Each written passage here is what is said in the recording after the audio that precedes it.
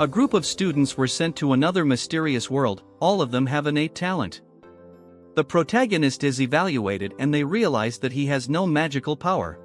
That's why the goddess decides to get rid of him.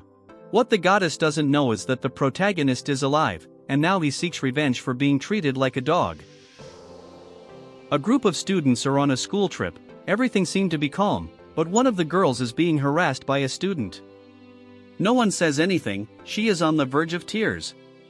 Touka wakes up, he doesn't know why, but decides to defend this girl. The bully laughs at him for trying to play macho in front of everyone.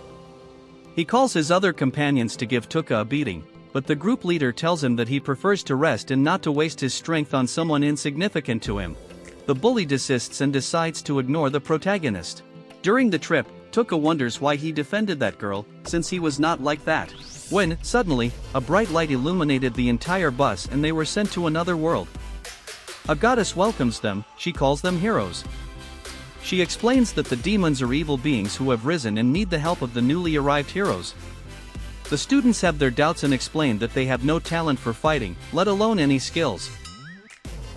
The goddess explains to them that they all have talent, they just haven't developed enough. She sends for a monster and with great ease, using her magic, she defeats a demon. Now that everyone seemed to be convinced of the goddess' word, they decide to trust. The students performed a power measurement. Each of the students put their hand on a sphere that told them the level of power they had.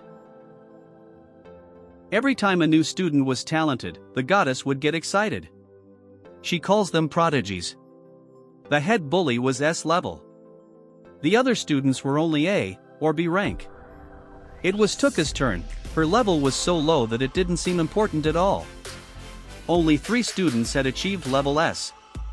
The goddess explains how they can see their stats and how they should level up, but she can't help but look at Touka.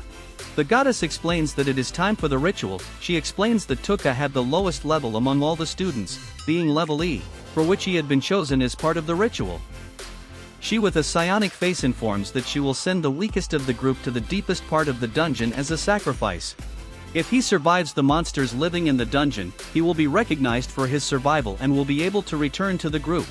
Touka tries to explain that he has unique abilities according to his stats, but the goddess explains to him that those abilities are very common and that everyone has those abilities and they have never been of any use. The other students and especially the leader of the bullies tells him to accept his fate, as they wanted to rest.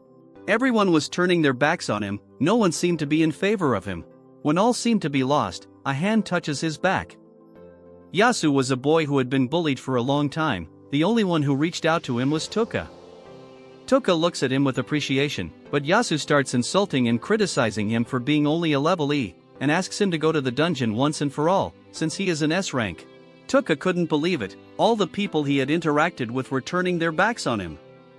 The goddess throws him a small bag, that will be his only source of supplies. Before he was sent to the dungeon, Ayaka mentions that it is wrong to get rid of a classmate. She explains that everyone must work as a group to survive. As she kept talking, the goddess could not tolerate being contradicted and in the blink of an eye she receives a blow to her stomach. She was completely knocked out. Touka understood, he had no choice and tries to attack the goddess with his paralysis power, but it doesn't work. The goddess tells him that it is useless to resist, a weakling can never survive this magical world and that she is just doing him a favor by sending him to the dungeon. All the bullies start to criticize Touka for being a wimp, while the other girls keep quiet and others don't even pay attention to him. A magic circle appears at Touka's feet, little by little his body fades away. While disappearing he remembers his sad past where he was beaten by his parents. He never understood the reason for those acts. Something inside him had awakened, now he no longer cared about anything. He promises that if he survives he will kill the goddess, whatever it takes. Touka had appeared inside a very large and dark cave. He could not understand what this place was. The only thing he could find was his magic bag and some bones on the floor. He decides to explore this mysterious ruin, when suddenly a mysterious monster starts attacking him. With no other choice, he starts running with all his might. He cannot afford to die in this place. While trying to run, he fell to the ground. He was so afraid of this monster, he simply accepted death. A memory comes to his mind, the way he was discarded like garbage by the goddess, by his companions and his former family. He decided to fight, to use his paralysis ability, against this monster. Although he didn't really believe it, it worked. So he ran away faster than he could.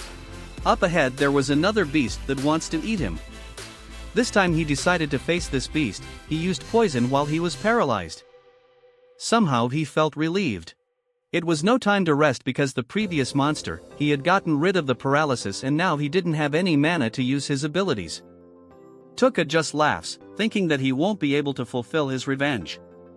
That was not enough for him. He decides to send it all to hell and use his paralysis magic no matter if that ability can kill him. This is a battle for survival.